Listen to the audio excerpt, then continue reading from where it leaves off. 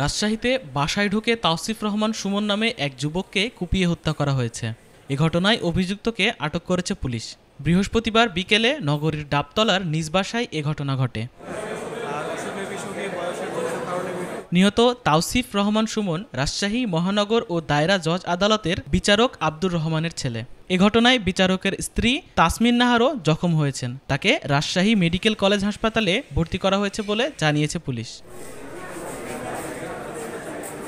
Metropolitan পুলিশের commissioner Mohammad Abu Sufian জানান, ঘটনার সঙ্গে জড়িত ঘাতক আহত হওয়ায় হাসপাতালে চিকিৎসা নিচ্ছে।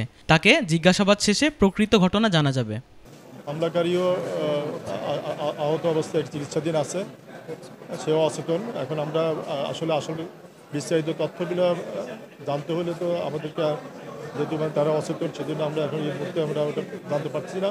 তবে এখানে আক্রমণকারী পূর্ব পরিচিত এবং আগে থেকে কোনো বিষয় নিয়ে তাদের মধ্যে একটা দ্বন্দ্ব ছিল, এটুকু আমরা জানতে পারলাম।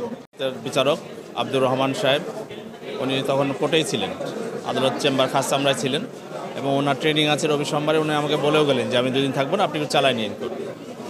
তারপরে আমরা হঠাৎ 4টার সময় শুনছি যে এরকম স্যারের বাসায় এরকম ঘটনা, আত্মঘাতী হামলা হয়েছে। স্যারের ওয়াইফ এবং ছেলে সিরিয়াস ইনজুর, মেডিকেলে নিয়ে আসা হচ্ছে। মেডিকেলে আসার পথে স্যারের ছেলে বয়স 18-19 হবে, ক্লাস 9-এ পড়ে। মেডিকেলে আনতে আনতে উনি মারা গেছেন, প্রচুর ব্লিডিংয়ে মারা গেছেন এবং স্যারের ওয়াইফও সিরিয়াস ইনজুর, উনি এখন ওটিতে আছেন। আর যে ছেলেটা হামলা করেছে ওই ছেলেটা ওরকম 18-19-20 বছর বয়স হবে। তার পরিচয় আমরা এখনও সঠিকভাবে জানতে পারি নাই, কেন কী কারণে হামলা করেছে সেটাও জানতে পারি না। তবে যে কারণেই হোক, রাজশাহী শহরে এরকম ঘটনা খুবই দুঃখজনক। আমরাও এগুলো নিয়ে আতঙ্কিত এবং বর্তমানে পুলিশ কমিশনার সাহেব এখানে নিজে আছেন, উনি একটা ইনভেস্টিগেশন করে দেখছেন এবং ওই জায়গাটা এখন ক্রাইম সিন হিসাবে পুলিশ নিজ দখলে রেখেছেন। কিছুক্ষণ পরে হয়তো আমরা জানতে পারবো ঘটনা।